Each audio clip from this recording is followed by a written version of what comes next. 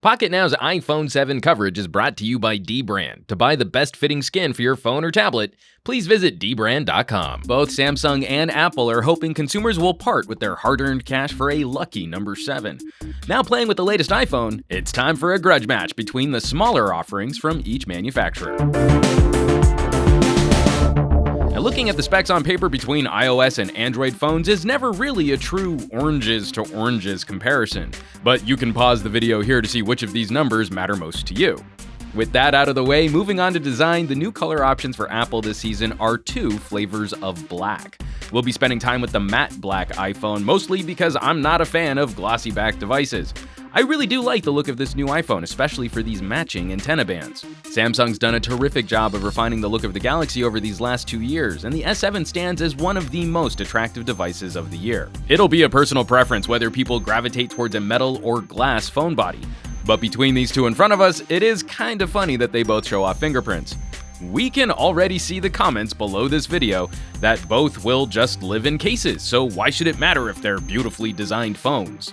Moving over to the screens, Samsung chalks up an easy victory for the display this year. Not only a higher resolution and a brighter outdoor auto mode, this AMOLED panel delivers wonderful saturation and contrast.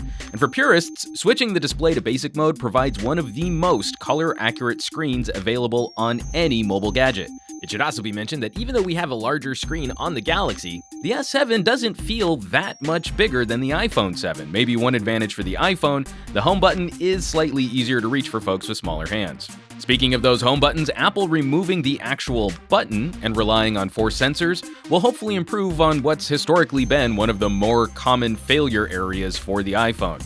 And we're confident this button will age better than the easily scratched home button on the Galaxy.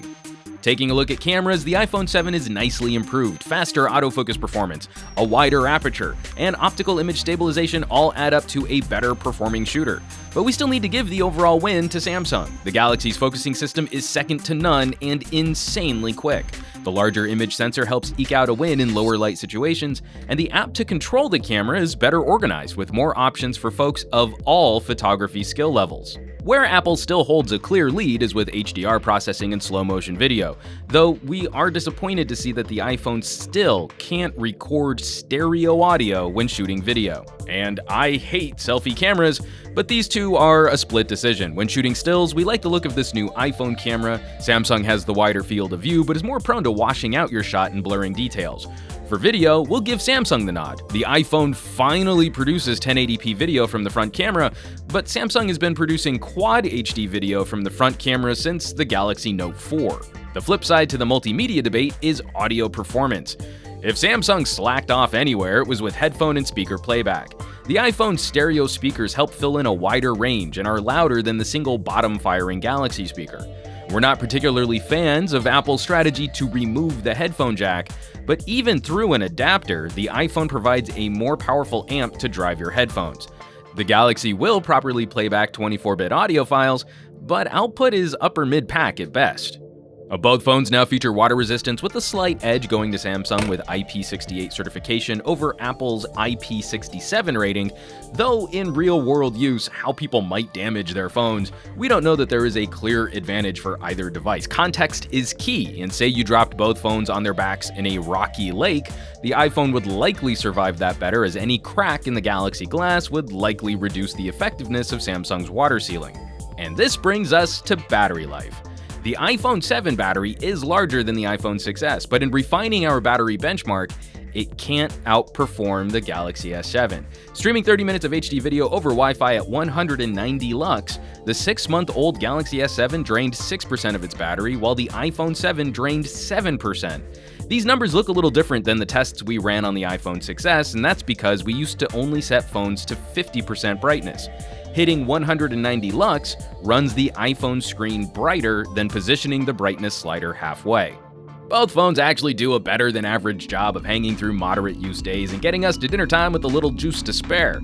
But for those times you need to top off during the day, the Galaxy also wins that race, even though it has a 50% larger battery than the iPhone. Now, Samsung claims the S7 can charge up to 60% in 30 minutes, but we've never gotten close to that on our Qualcomm-powered Galaxy. The best we've managed in that time is around a 35% charge.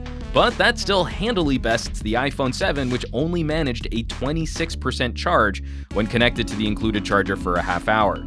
It's a shame that for its power efficiency, Apple doesn't include a faster charger with the phone this expensive. So let's wrap this up. Where's that leave us between the iPhone 7 and the Galaxy S7? Well, obviously, when comparing these two phones, the clear winner is the LG V20. I kid, but seriously, these two phones seem almost perfectly designed in laboratories to battle each other.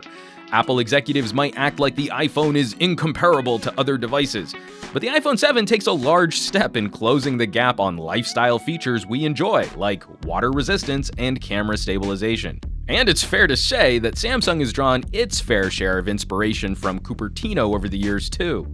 Outside of an individual's preference between Android or iOS, if you really twisted our arms here at Pocketnow, we'd likely give a subtle edge to the Galaxy S7 in this comparison. The camera is formidable, and when staring at a phone screen all day, Samsung has a nicer display to gaze upon.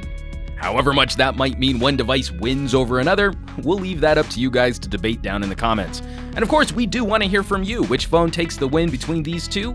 Hit the more info icon in the corner of this video to vote in our viewer poll. Pocketnow's iPhone coverage is brought to you by dbrand. Check out dbrand.com to customize your iPhone with a real-time preview. Dbrand skins are designed to add grip, texture, and kill those jet black iPhone fingerprints. They ship worldwide, and iPhone skins start at under $10. If you're interested, links are in the description below. As always, thanks so much for watching. Be sure to subscribe to this channel for our full iPhone 7 coverage, including our real camera review coming soon. And help us out with some sharing on your favorite social networks. For Pocketnow, I'm Juan Carlos Bagnell, some gadget guy on Twitter and Instagram, and I will catch you all on the next video.